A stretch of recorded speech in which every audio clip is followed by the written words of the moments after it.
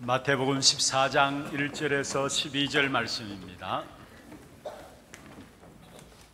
마태복음 14장 1절에서 12절 말씀, 제가 한 절 읽고 여러분이 한 절 읽고 교독을 하도록 하겠습니다. 그때 분봉왕 헤롯이 예수의 소문을 듣고 그 신하들에게 이르되 이는 세례 요한이라. 그가 죽은 자 가운데서 살아났으니 그러므로 이런 능력이 그 속에서 역사하는도다 하더라.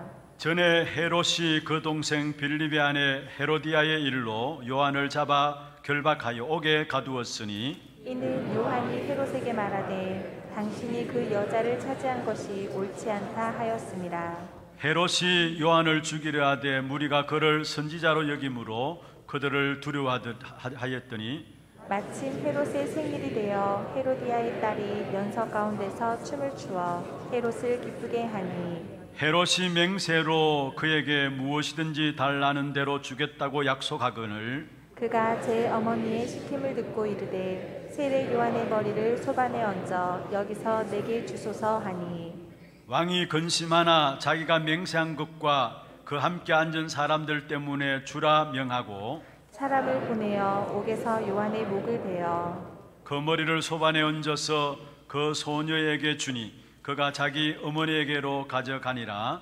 요한의 제자들이 와서 시체를 가져다가 장사하고 가서 예수께 아뢰니라. 아멘. 찬양대 찬양 있겠습니다.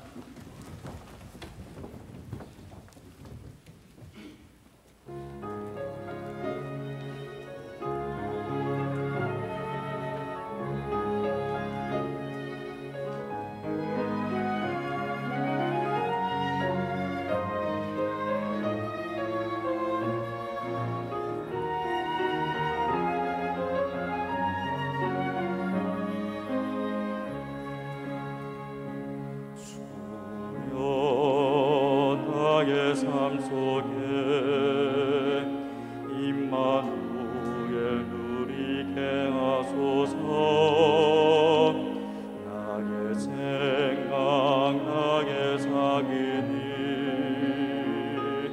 하나님 것이 되게 하소서.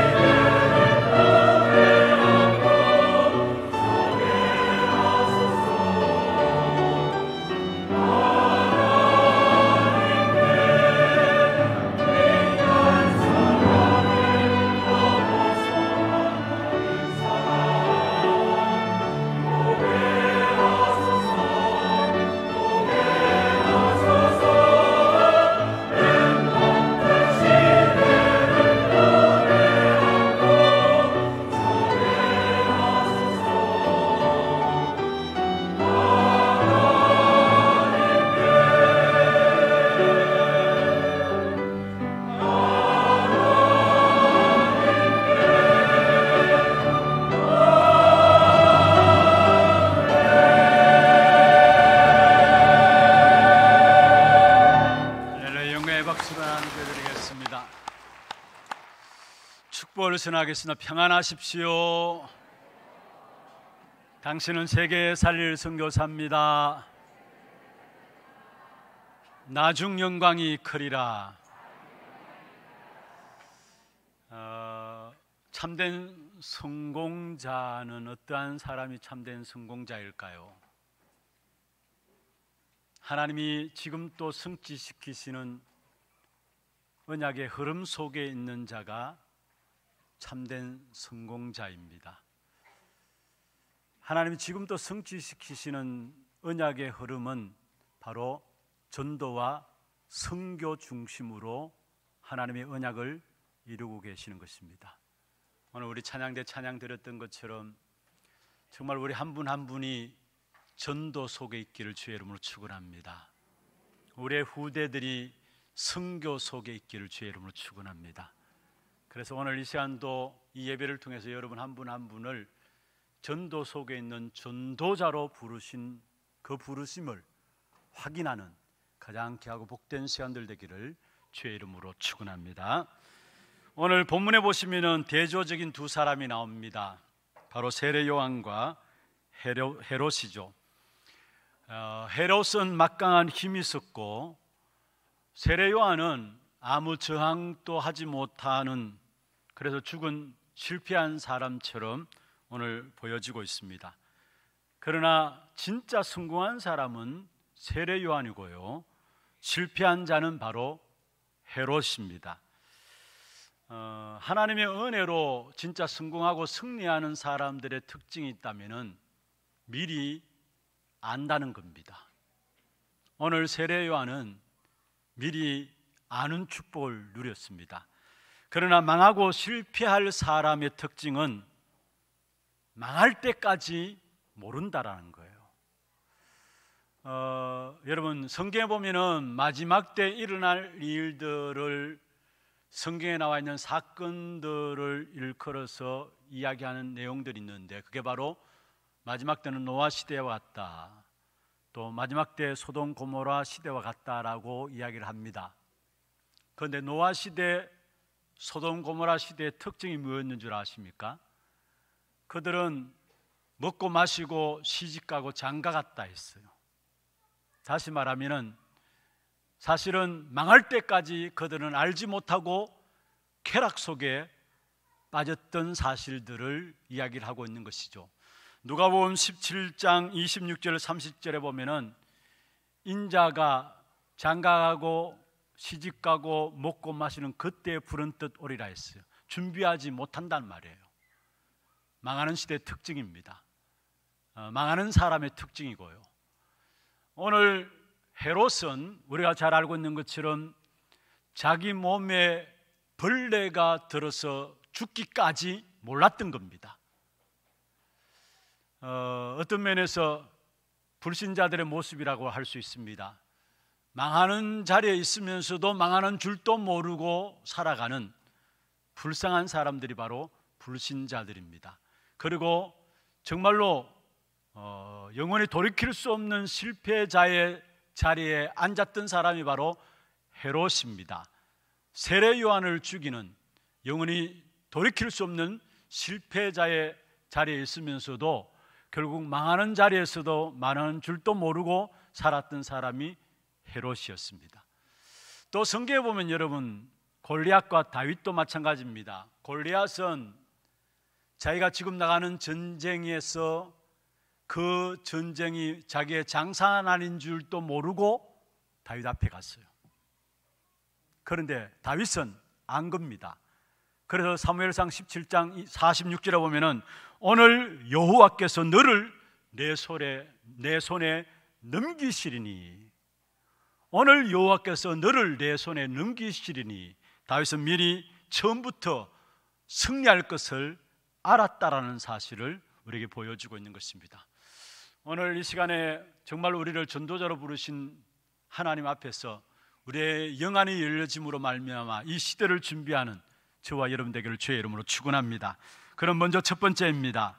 완전한 성공자 세례 요한에 대한 부분을 한번 살펴보겠습니다. 이 세례 요한은 그리스도를 알고 승리한 사람이었습니다. 성경에 보면은 누가복음 7장에도 28절에 말씀하고 있고요, 마태복음 11장 11절에도 말씀하고 있는데, 예수님께서 이 세례 요한을 일컬어서 여자가 낳은 자 중에 가장 큰 자다 이야기를 했습니다. 다시 말하면은 세례 요한이 무엇을 했기 때문에 성공했다라고 이야기를 하고 있습니까? 여자가 낳은 가장 큰 자다, 세례 요한이 무엇을 했기 때문에 가장 큰 자다, 성공했다라고 이야기하고 있습니까? 그것은 단 한 가지 조건이었습니다. 다른 것이 아니라 복음을 아느냐 모르느냐입니다. 그렇습니다. 주님께서 이 땅에서 인생들을 살펴볼 때에 어떤 사람들이 성공한 자냐, 어떤 사람이 실패한 자냐, 그게 단 기준이 복음을 아느냐 모르느냐에 따라서 달려있다라는 사실입니다. 여러분, 우리가 복음 안에 있다면은 그 어떤 어려움이 있다 할지라도 반드시 그 어려움 속에서 복음 안에 있는 자는 승리하게 되어 있습니다. 그게 성경과 교회사를 통해서 우리에게 증거로 보여주고 있죠.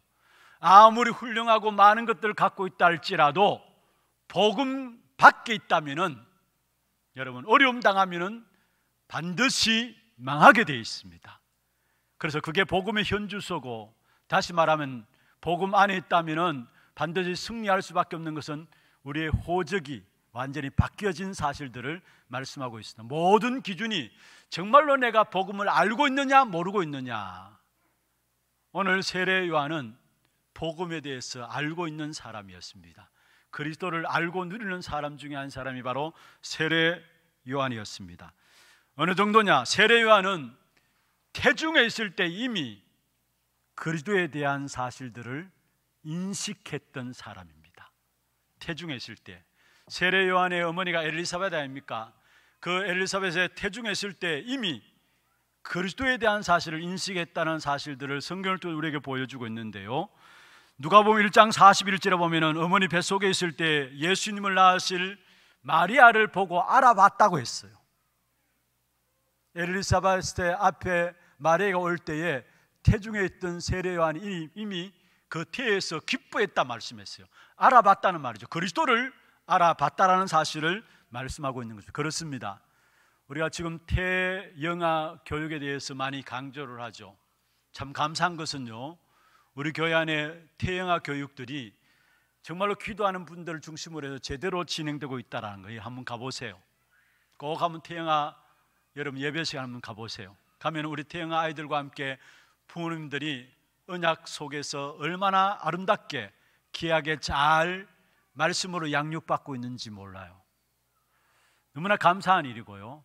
또 태영아 이 은혜스러운 예배를 있기 위해서는 특별히 우리 하나님 어린이집도 있고요, 또 우리 사모님들, 또 우리 장로님이 운영하는 거루터기 어린이집과 함께 237 어린이집들이 있는데, 여기서 이미 복음 훈련들이 되어지면서 또 태영아 모여지고 태영아 모임 속에서 복음이 선포되어지고 거기에 아이들이 어릴 때부터 복음이 심어진다라는, 이거는 엄청난 축복이에요.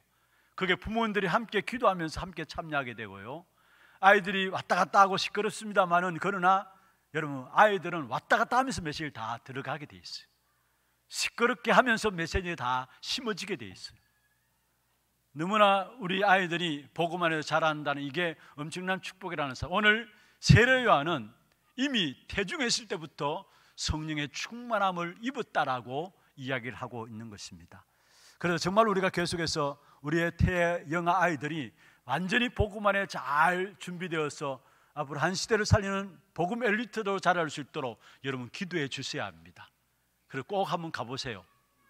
기도 제목들 붙잡고 꼭 한번 가보세요. 그리고 정말로 태영아를 위한 기도 놓치지 말고요. 오늘 아침에도 제가 새벽 기도를 마치고 집에 들어가는데 어느 권사님이 새벽 기도를 마치고 돌아와서 아마 저한테 카톡을 보내셨어요. 그래서 제가 집에 들어가면서 카톡을 이렇게 확인했는데, 이 권사님이 뭐라고 카톡을 보내주셨느냐 하면은, 교회 주일날 오후 예배 때, 지금 오전 예배는 이 시간에 태영아실에 예배가 진행되거든요. 그러니까 이제 오후 예배 때에 자기 아들하고 며느리가 예배에 성공하게 하기 위해서, 메시지를 듣게 하기 위해서 손자를 자기가 돌본다라는 거예요. 그런데 손자를 돌보다 보면은 애들이 그렇잖아요. 울 수도 있고 시끄러울 수도 있잖아요. 가만히 앉아 모 있잖아요. 그러니까 울고 시끄러우면은 예배 분위기가 좀 그럴까 싶어서 얼른 밖으로 데려나간다는 거예요.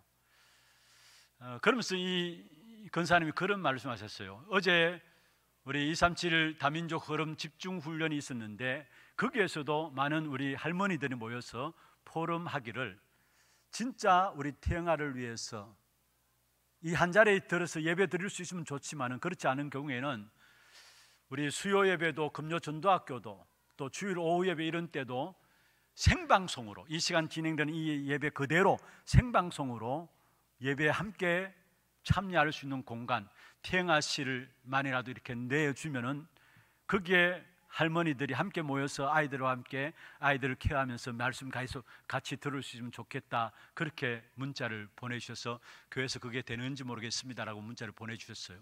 제가 그것을 받는 순간에 답을 드렸어요. 당연히 그래야죠. 당연히 그래야죠. 세례요한은 태영아 때부터 이미 성령의 충만함을 입었습니다. 그러니까 한 시대에 예수님이 오실 길을 준비하는 일에 가장 귀하게 하나님이 사용하셨던 사람 중 한 사람이 세례요한이었거든요.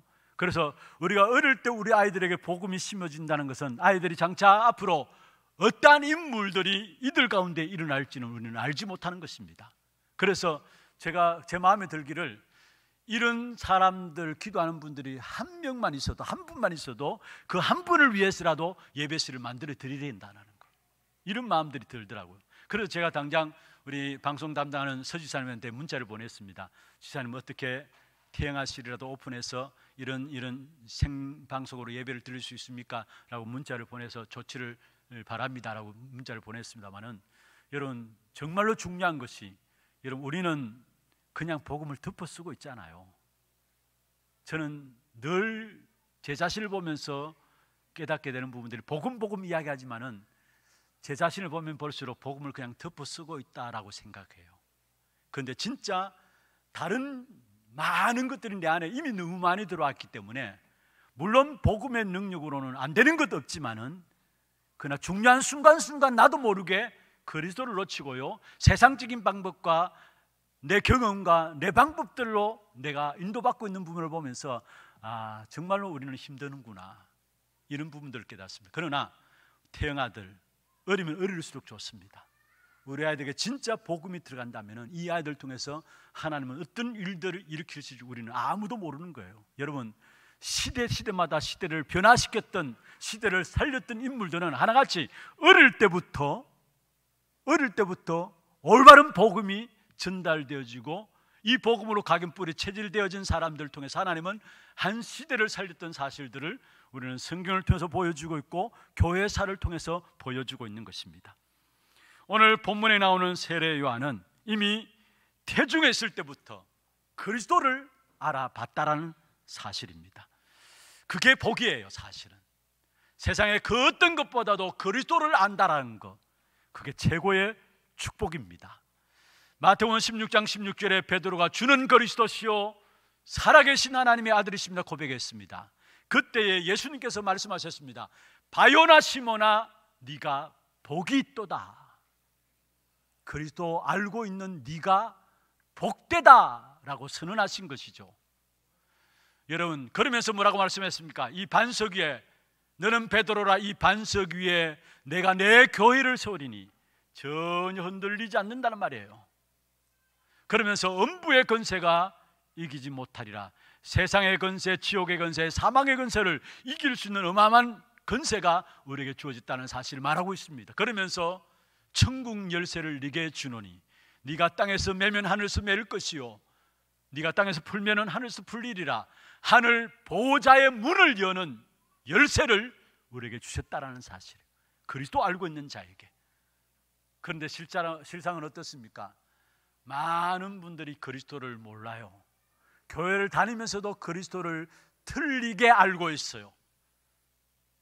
예레미야처럼 알고 있고요, 엘리야처럼 알고 있고요, 세례요한처럼 알고 있고요, 선지자 중에 하나로 알고 있어요.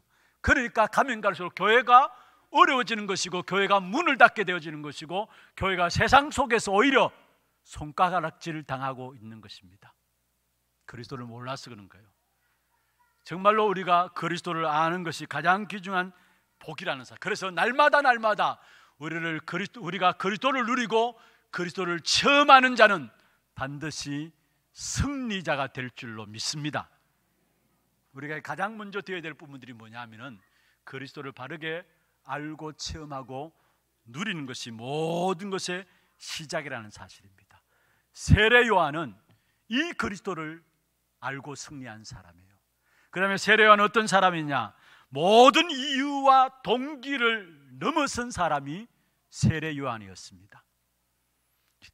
여러분, 우리가 신앙생활하는 그 시작을 보면은 많은 분들이 그냥 모태신앙으로 교회에 나왔던 분들이 있고요, 그리고 가정에 많은 어려움들 당해서, 건강의 어려움들 당해서, 또 자녀의 문제들 당해가지고 나름대로 신앙을 시작하게 된 이유들이 있게 되는 것을 봅니다. 그런데 그 이유들, 신앙을 시작하게 된 그 동기들을 빨리 넘어서야 합니다. 오늘 본문에 나오는 세례 요한은 모든 이유와 동기를 넘어선 사람이었습니다. 이 당시에 세례 요한이 왔을 때에 모든 무리들이 세례 요한에 집중되어 있어요. 이 사람이 우리가 기다리는 메시아가 아닌가. 그래서 모든 무리들이 제사장들에게 가지 아니하고 강야에 있는, 당연히 제사장들에게서 말씀을 받아야 되지, 성전에 있는 제사장에게서 말씀을 받아야 되는데 강야에 모이기 시작해요. 강야에 있는 세례 요한에게. 그리고 그 당시에 얼마나 능력을 행하고 얼마나 한마디로 인기가 있었느냐, 세상적인 말로 인기죠. 인기가 있었느냐, 이 세례 요한이 우리가 기다리는 메시아다, 마지막 선지자고 메시아다, 이래서 세례 요한을 믿는 종교가 만들어졌어요. 만다교라고 해서 이것은 세례 요한을 메시아로 믿는 종교예요. 그게 지금까지도 있어요. 만다교가 만들었는데 무엇을 말합니까? 그만큼 세례 요한이 그 시대에 사실은 어떤 면에서 많은 사람들부터 추앙을 받았습니다. 그런데 세례 요한은 뭐라고 말씀했습니까? 마태복음 3장에 보면은 나는 그의 신을 들기도 감당치 못할 사람이라 했어요. 예수님을 바라보시면서 나는 그의 신을 들기도 감당치 못할 사람이라 했습니다. 그리고 누가복음 3장 30절에, 요한복음 3장 30절에 보면은 말씀했습니다. 세례 요한이 말씀했습니다. 뭐라고 이야기했느냐? 그는 흥하여야 되겠고 나는 쇠하여야 하리라. 오직 그리스도만 드러내고 그리스도만 높임받아야 된다는 사실. 그는 흥하여야 되겠고 나는 없어져도 괜찮다라는 거, 나는 죽어도 괜찮다라는 거, 그게 세례 요한이었어요. 모든 동기와 모든 이유들을 넘어선 사람이었죠. 그러면서 뭐라 했습니까? 오직 나는 먼저 온 자로서 주의 길을 닦는 자라는 것, 예수님이 오실 그 길을 예비하는 자에 미치지 못한다는 사실을 세례 요한은 고백했던 사실을 보게 됩니다. 다시 말하면 모든 동기, 이유들을 넘어선 사람이었다는 거예요. 그렇습니다. 우리 신앙생활을 어떻게 시작했든 상관없어요. 그게 머물르시면 안 돼요. 그게 여러분의 시작이 되었다 할지라도 우리는 어디에 들어가야 되느냐? 그 모든 이유와 동기를 넘어서서 오직 그리스도로 들어가야 되는 겁니다. 여러분, 이 세례 요한은 모든 동기와 이유들을 넘어섰다는 말은 무슨 말이냐? 여러분, 그리스도 안에서만 모든 것이 된다라는 사실들을 이 세례 요한은 가졌다라는 사실이에요. 그렇습니다. 우리가 빨리 작정하고 각오해야 될 부분들이 있다면 다른 것이 아닙니다. 나는 그리스도 안에서만으로 살겠다라는 거, 하나님 주시는 것만으로 살겠다라는 거, 그리스도 안에 있는 것만으로 내가 살겠다라는 거, 이게 세례 요한이 모든 사건과를 통해 그리스도를 높인 이유였고요, 동기와 이유들을 버린 이유였어요. 여러분, 또 성경에 쓰임받은 사람 보세요. 바울도 골로새 2장에 말씀하고 있죠. 2장 2절에 하나님의 비밀이 그리스도다 말씀하면서 모든 지혜와 지식과 모든 보화가 그 안에 감춰졌다 이야기했어요. 무슨 말입니까? 진짜 그리스도 안에서만 모든 것 보겠다는 말이에요.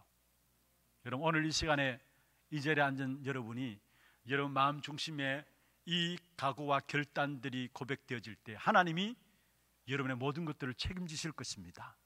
내가 정말로 그리스도께서 주시는 것으로만, 하나님께서 주시는 것으로만 내가 살겠습니다. 그 각오할 때 하나님은 여러분 생을 책임지시게 되어 있습니다. 창세기 13장에 보면은 아브라함이 중요한 결단을 하게 되죠.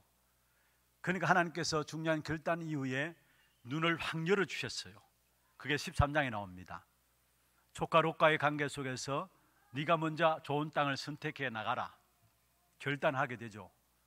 그리고 그 선택하고 난 이후에 하나님께서 창세기 13장 14절 보면은 결국 롯이 아브라함을 떠난 후에 아브라함에게 어마어마한 영적인 축복의 눈을 확 열어주셨어요. 그런데 그 일이 있기 전에 어떤 일이 있었냐 보면요, 창세기 12장에 보면 하나님 갈대아 우르에서 아브라함을 불러내시죠. 그리고 내가 내게 지시할 땅으로 가라 말씀하셨습니다. 그리고 지시한 땅에 이르렀는데 마침 그 땅에 기근이 임했습니다. 그래서 그 기근을 피하기 위해서 아브라함이 어디로 내려갔어요? 12장 10절부터 보면은 기근을 피하기 위해서 애굽에 내려갔는데 거기에 부끄러움을 당하고 실패하게 되고 부끄러움을 당하고 하나님 다시 회복시켜서 그 애굽에서 나오게 됩니다. 저는 그 본문을 보면서 계속 연결되어지면서 어떤 생각이 드냐 하면은 아브라함이 이때 우리에게 있어서 먹고 사는 것이 문제가 아니구나 깨달았. 그게 애굽에서의 생활이었어요. 먹고 사는 것이 문제가, 자기 먹고 살려고 자기 아내를 누이라고 속이고 그래서 그게 들통나고 부끄러움을 당하고 결국 돌아오게 됐잖아요. 먹고 사는 것이 문제가 아니구나 깨달았어요. 그러니까 13장 딱 가자마자 하나님께서 보면은 아브라함의 종들, 롯의 종들이 싸우는데 아브라함과 롯의 재산 때문에 싸우게 됩니다. 그런데 아브라함이 조카 롯에게 양보해요. 네가 먼저 좋은 땅을 택하라. 어디서 나온 결단일까요? 12장 이미 우리의 문제는 내가 먹고 살기 위해서 바둥바둥 애쓴다고 해서 될 문제가 아니구나라는 것을 깨달은 거예요. 그러니까 13장 1절부터 보면은 롯에게 양보하잖아요. 양보하고 나서 결국은 영적인 어마어마한 축복된 역사들을 받게 되고요. 그리고 14장에 보면은 양보했다는 그 부분들, 또 영육간에 있어서 우리에게 육적인 먹고 사는 것이 문제 아니라는 부분들이 어디서 또 보여졌냐 하면은, 다시 말해서 나는 하나님 주시는 것으로 살겠습니다라는 부분들이 어디서 보여졌느냐 하면은 창세기 14장 21절, 22절, 23절에 보면은 연합군의 전쟁에서 아브라함이 승리하잖아요. 그리고 돌아오는 길에 아브라함이 멜기세덱에게 11조를 바치게 되고요. 그러고 나서 왕 앞에 섰을 때 왕이 뭐라 했습니까? 사람은 내 사람이니까 내게 보내고 전리품은 네가 가져가라. 그때 아브라함이 뭐라고 이야기했습니까? 노했습니다. 한마디로 노했습니다. 실오라기 하나도 가져가지 않겠다 했어요. 아브라함의 중심에 무엇이 있었는 줄 아십니까? 하나님이 나의 모든 삶을 책임진다는 사실을 안 거예요. 다시 말하면 나는 하나님 안에서 하나님 주시는 것으로 살겠다는 마음이에요. 하나님 주시는 것으로 살겠다는 마음. 그게 창세기 15장 1절에 보면은 하나님께 그 아브라함에게 말씀했습니다. 바로 내가 너의 상급이고 내가 너의 방패가 되게 하겠다. 여러분, 그렇습니다. 하나님의 사람은 어떠한 사람이 하나님의 사람이냐? 하나님이 주시는 것으로 사는 사람이 하나님의 사람입니다. 정말로 그리스도 안에서만 주어지는 것으로 내가 살아야 되겠습니다 하는 사람이 전도자고, 그게 세례 요한의 삶이었어요. 그게 한 시대 로마를 복음화했던 바울의 삶이었어요. 이삭도 한번 보세요. 이삭. 여러분, 그 당시에 우물은 생명과도 같습니다. 그런데 우물을 팔 때마다 또 빼앗기고 했습니다. 다 양보했어요. 처음에는 마음에 또 분함이 있었겠죠. 그래서 샘을 파고 그 샘 이름을 에셋과 신나라고 붙였는데, 에셋이란 말은 다툼이란 말이고요, 신나란 말은 대적이란 말입니다. 무슨 말입니까? 그 샘에 대한 다툼과 또 대적을 통해서 그 샘을 얻게 됐다는. 그런데 어떻든 그 샘들이 빼앗기게 되고요, 양보하게 되고, 그 다음 샘을 팠는데 르호봇이라 이름을 붙였어요. 하나님께서 늙게 하셨다는 말이에요. 이삭이 안 겁니다. 우리가 세상 사람들이 살아가는, 이것은 세상 사람들이 살아가는 삶의 방법이고, 우리는 하나님이 원하시는 하나님의 자녀들은 다른 삶이 있다는 사실을 알고 우물들을 다 양보했습니다. 어떻습니까? 여러분, 정말로 우리가 그리스도 안에서 그리스도의 것으로만 살겠습니다 결단하게 될 때, 그리스도께서 여러분의 모든 것들을 책임지실 줄로 믿습니다. 하나님은 하나님 안에서 살겠다는 하나님의 사람들에게 그의 모든 삶을 하나님께서 책임져 주시게 되어 있습니다. 창세기 39장에 보면 요셉은 노예로 가도 상관없습니다. 왜냐? 요셉이 노예로 갔지만 그러나 그게 여호와께서 요셉과 함께 하심으로 형통한 자가 되었다 말씀했습니다. 다윗도 마찬가지죠. 사망의 음침한 골짜기로 다닐지라도 상관없습니다. 왜냐? 다윗에게는 그 환경이 문제가 아니었어요. 나는 하나님만으로 살겠습니다. 그래서 여호와가 나의 목자기 때문에 시편 23편 1절에 말씀하고 있는 것입니다. 지금 이 시대에 하나님께서 우리에게 전도자로 부르신 우리에게 요구하고 있습니다. 우리가 무엇으로 살아갈 겁니까? 여러분 자신이 노력하고 애쓰고 몸부림쳐서 나름대로 살아갈 수 있겠죠. 그러나 그것은 반드시 한계가 올 수밖에 없어요. 우리는 전도자로 받는 저와 여러분은 하나님 안에서 하나님 주시는 것으로 살아가야 합니다. 그리스도 안에서 그리스도만으로 살아가야 되겠다라는 결단하게 될 때 하나님은 여러분 모든 삶을 완벽하게 책임지시게 되어 있다는 사실입니다. 그렇지 않으면은 여러분 살아있는 사단이 언제든지 여러분을 공격해 올 겁니다. 여러분 사단은 지금도 살아있어요. 이 사단은 불신자들에게는 아비로 왕노릇하고 있죠. 그런데 이 약한 사단이 결국은 우리의 동기들, 나름대로 뭔가 우리의 열심들, 우리의 이유들이 있으면은 그 동기와 열심과 이유를 가지고 공격해 와요. 그런데 사단이 언제 완전히 무너져 내리느냐? 오직 그리스도, 완전 그리스도, 항상 그리스도 할 때에 사단은 완전히 무너지게 돼 있어요. 여기에 오직 그리스도, 완전 그리스도, 항상 그리스도는 무슨 말입니까? 나는 그리스도 안에서 그리스도의 주시는 것으로 살겠습니다. 이 결단이에요. 이런 자에게 악한 사단은 완전히 무릎 꿇게 되어 있다는 사실입니다. 여러분 저와 여러분 지금까지 악한 사단을 즐겁게 했다면, 기쁘게 했다면 이제는 그 일을 벗어버리십시다. 진짜 오직 그리스도, 완전 그리스도, 항상 그리스도 되어짐으로 말미암아 정말로 그리스도 안에서 주시는 귀한 축복된 역사들을 날마다 누려가는 저와 여러분 되시기를 주의 이름으로 축원합니다. 요즘 제가 자주 제 혼자 흥얼거리는 찬송이 있어요. 오늘 불렀던 찬송인데요, 내가 매일 십자가 앞에 더 가까이 갑니다.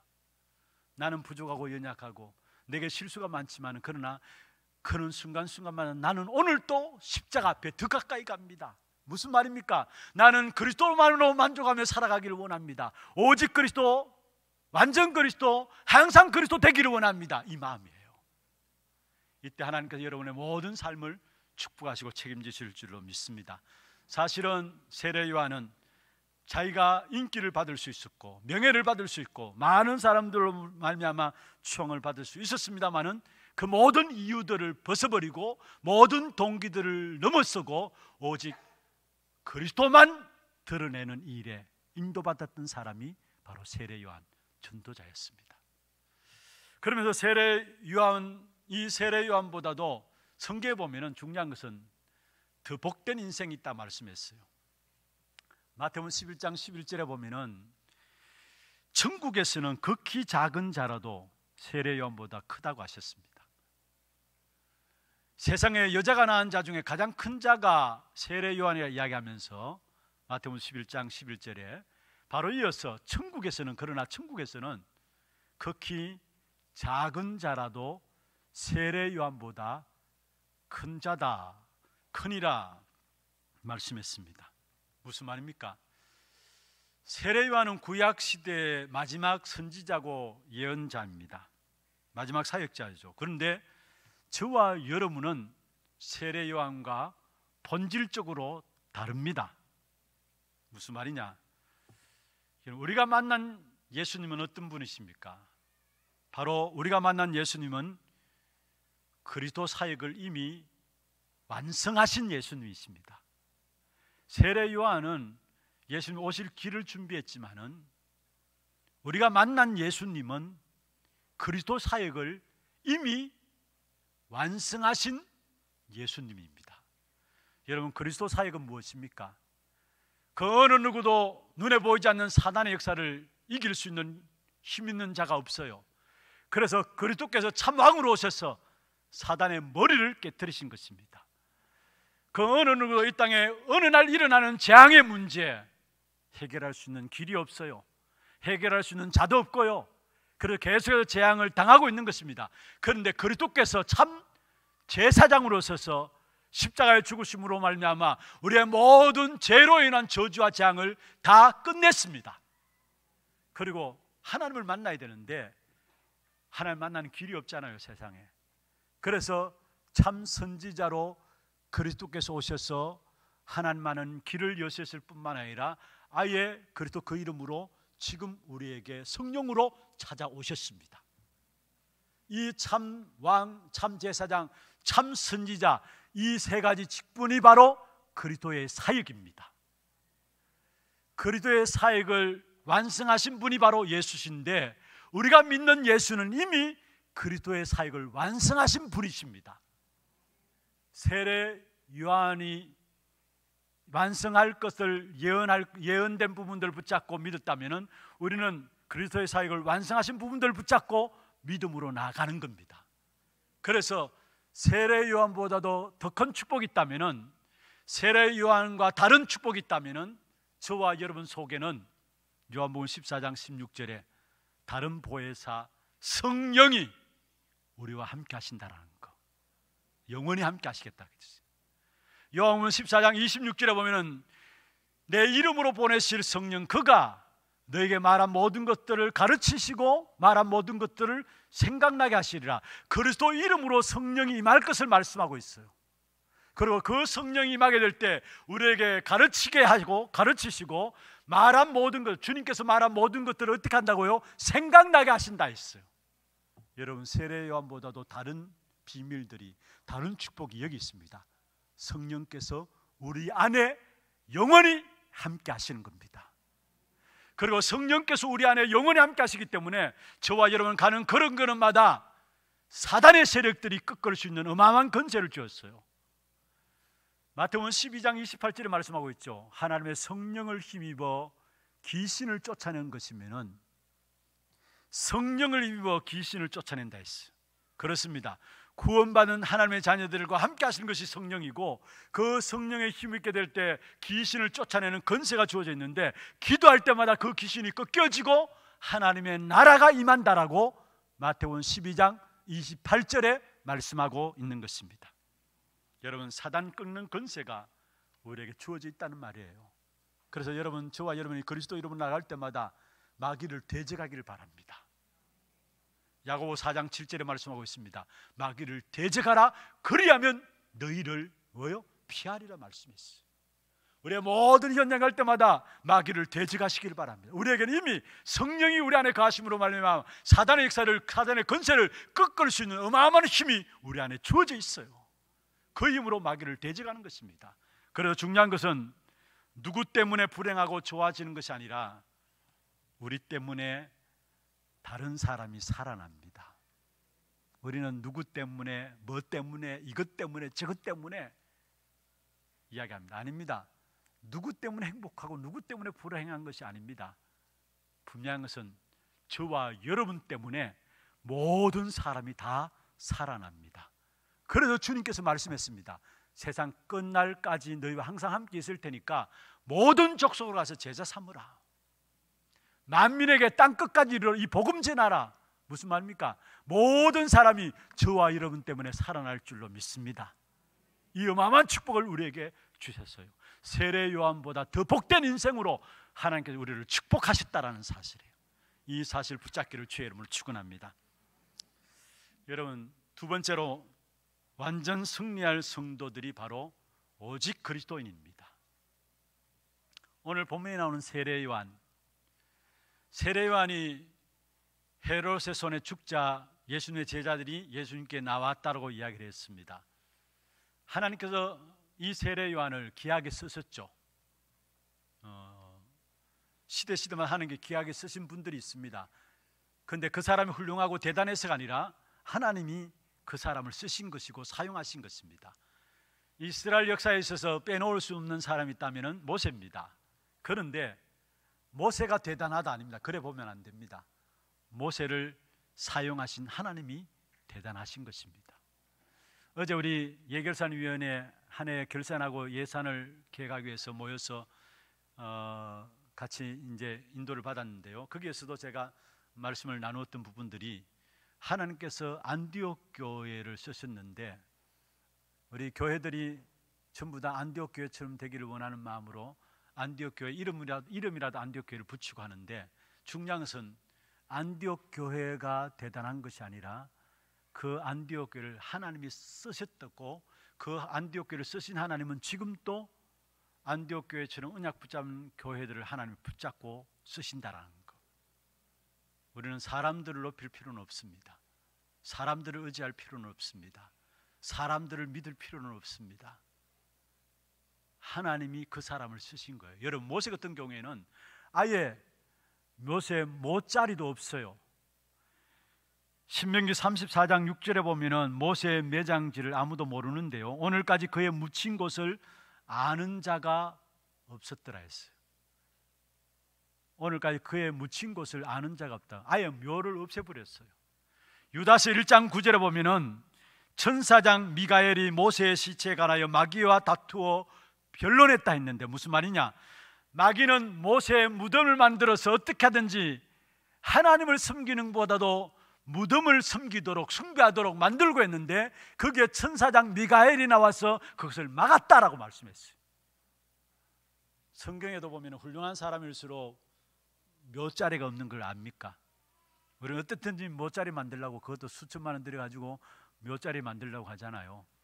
사실 전혀 쓸데없는 것인데, 그런데 중요한 것은요, 여러분, 우리는 사람을 의지할 바가 안 된다라는 거. 인격이 훌륭할 수도 있어요. 사람이 괜찮을 수도 있어요. 그러나 믿을 수 있는 대상은 아니다라는 거. 사람을 의지하고 사람을 믿는 데서 사람 앞에 상처를 받아요. 우리가 의지하고 믿을 분은 오직 그리스도뿐인 줄로 믿습니다. 교회 안에 혹이나 사람 관계 속에서 상처받는 분들 보면은 거의 그 사람을 믿고 그 사람을 의지했는데 네가 나에게 이렇게 배신할 수 있어. 여러분, 그렇습니다. 모두가 아담의 후손이에요. 아무리 훌륭해도 아담의 후손이에요. 그래서 우리는 사람을 의지하고 사람을 믿을 것이 아니라 사람을 존경하고 사람을 존중해야 합니다. 그러나 사람을 의지하고 믿는 것이 아니라 우리는 모든 사람을 살려야 하는 사람들입니다. 그게 오늘 결국 세례 요한을 통해서 우리에게 보여주고 또 성경 역사 속에 모세를 통해서 훌륭한 사람들을 통해서도 우리에게 보여주고 있는 부분들입니다. 어떤 면에서 여러분, 우리가 연약합니까? 모자랍니까? 그게 더 우리에겐 유익입니다. 왜냐? 내가 약할 그때가 곧 강함이기 때문에 내가 의지할 수밖에 없도록, 사람을 의지할 수밖에 없도록 나는 연약한데요, 오히려 그게 여러분 정말로 그리스도 바라보면 그게 유익이에요. 고린도전후서 12장 9절에 바울이 고백했잖아요. 내가 약할 그때가 곧 강함이니. 나는 약해서 그리스도를 바라봤는데 그게 나에게 강함으로 역사했다고. 갈라디아 2장 20절입니다. 내가 그리스도와 함께 십자가에 못 박혔나니 이제는 내가 사는 것이 아니라 내 안에 누가 산다고요? 그리스도께서 사시는 것이라. 여러분 죽어도 괜찮아요. 여러분 없어도 괜찮아요. 왜냐? 여러분 통해서 그리스도가 나타나기 때문에. 그래서 정말로 우리의 생에 주님 앞에 서서 우리 생을 결산할 때 우리의 이름을 드러내기 위해서, 여러분, 그건 헛일입니다. 그 헛된 일 다 버리시고요, 진짜 그리스도만 높임 바 되어지는, 세례 요한이 그리스도만 높인 것처럼 여러분의 삶을 통해서 그리스도만 드러나는 그런 축복된 삶이 되기를 주의 이름으로 축원합니다. 여러분, 무엇보다도 마지막 결론으로 말씀을 맺겠습니다. 특별히 우리의 신앙생활에 있어서 예수를 믿음으로 구원받는 것하고요, 또 구원받은 이후의 삶과는 다른 게 있습니다. 우리가 예수를 그리스도 알고 믿는 순간에 구원은 받습니다. 그런데 구원 이후의 삶, 여러분, 우리에게 불신앙도 순간순간 찾아오잖아요. 우리의 염려거리 날마다 우리에게 공격해 오잖아요. 우리에게 있는 영적인 문제 있잖아요. 우리에게 있는 상처들 있잖아요. 그걸 그리스도 영접했다고 순간에 없어지느냐? 아니잖아요. 그래서 주님께서 우리에게 약속했습니다. 그게 뭐냐? 함께 있겠다.